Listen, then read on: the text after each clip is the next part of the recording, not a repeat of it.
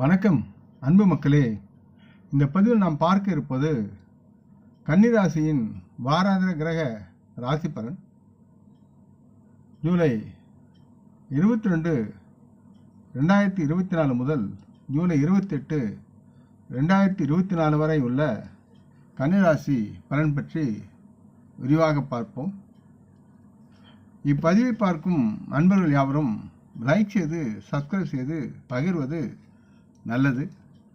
பொதுவாக கன்னிராசி மக்களுக்கு இந்த ராசியை பொறுத்து 9ஆம் வீட்டில் குரு பகவான் அமர்ந்திருப்பதால் இந்த வாரம் தங்களின் உடல்நலக் குறைவை மேம்படுத்துவது மட்டுமல்லாமல் உங்கள் வாழ்க்கையில் சில நல்ல செய்திகளையும் நீங்கள் பெறுவீர்கள். அதனால் இத்தகைய சூழ்நிலையில் உங்கள் மகிழ்ச்சியை நீங்களே அனுபவித்து வைத்துக்கொள்ளாமல் குடும்ப உறுப்பினர்களுடனும் நண்பர்களுடனும் பகிர்ந்து கொண்டு நலமாக வாழ்வதற்குண்டான வழியை தேடுங்கள்.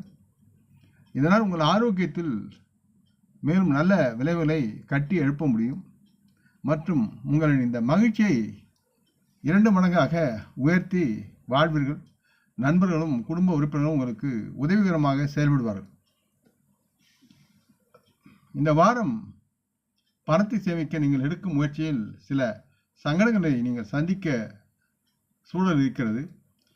இதனால் உங்கள் மனதில் சிறிது கவலையை இந்த நிலை உருவாக்கும்.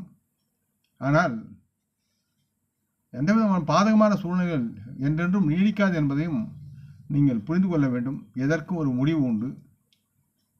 அதேபோல் உங்கள் குடும்பத்தினர் அல்லது நண்பருடன் நீங்கள் சுற்றுலா செல்வதற்கு இந்த வாரம் சிறந்ததாக இருக்கிறது. உங்கள் குடும்பமும் நண்பர்களும் இதற்கு உதவி செய்வார்கள்.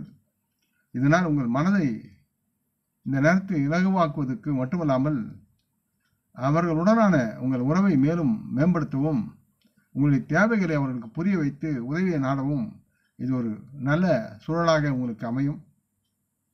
கன்னிராசி வியாபாரிகள் இந்த வாரம் ஒரு சவாலை எதிர்கொள்ள வேண்டியிருக்கும் நிலையில் சற்று எச்சரிக்கையாக இருப்பது அவசியம். இருப்பினும் இந்த வார நேரத்தில் உங்கள் வழியில் இருக்கும் இந்த சில சவால்களை எதிர்கொள்வதால் அதை பற்றி நீங்கள் நிறைய கற்றுக்கொள்ள முடியும். இது ஒரு அனுபவ பாடமாக உங்களுக்கு இருக்கும்.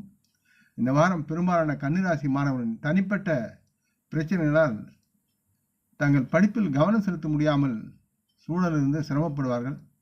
இதனால் இந்த மாணவர்களுக்கு படிப்பில் எதிர்மறையான தாக்கத்தை ஏற்படுத்தும் சூழல் உருவாகும். இத்தகைய சூழ்நிலையில் ஒவ்வொரு நிலையிலும் இந்த மக்கள், அதாவது இந்த மாணவர்கள் அமைதியாக இருந்து தங்களின் படிப்பில் கவனம் செலுத்த வேண்டும் என்று கேட்டுக்கொள்கிறேன்.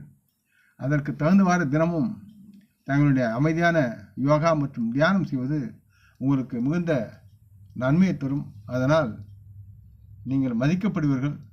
உங்கள் பெற்றோர்கள் உங்களை வாழ்த்துவார்கள். உங்களுடைய கடமையில் நீங்கள் சிறந்து வழங்க முடியும் என்பதை மனதில் பதிய வைத்து இந்த கன்னிராசி மாணவர்கள் செயல்பட வேண்டும் என்று கேட்டுக்கொள்கிறேன்.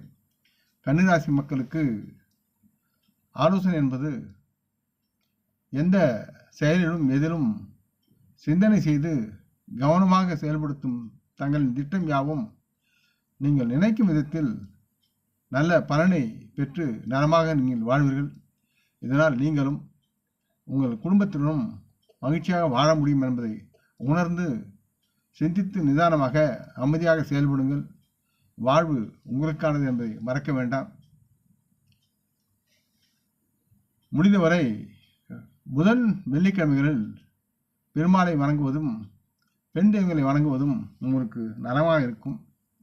இந்த பதிவை கேட்டு லைக் செய்து சப்ஸ்கிரைப் செய்து பகிரும் நண்பர்கள் யாவரும் வளமுடன் நலமாக தேக திடகாத்திர ஆரோக்கியத்துடன் சகலவிதமான தன தானிய ஆபரண ஐஸ்வர்யனை பெற்று சர்வகாரிய ஜெயத்துடன் வாழ்வாங்கு வாழ வேண்டும் என்று இறைவன் பாதம் பணிகிறேன்.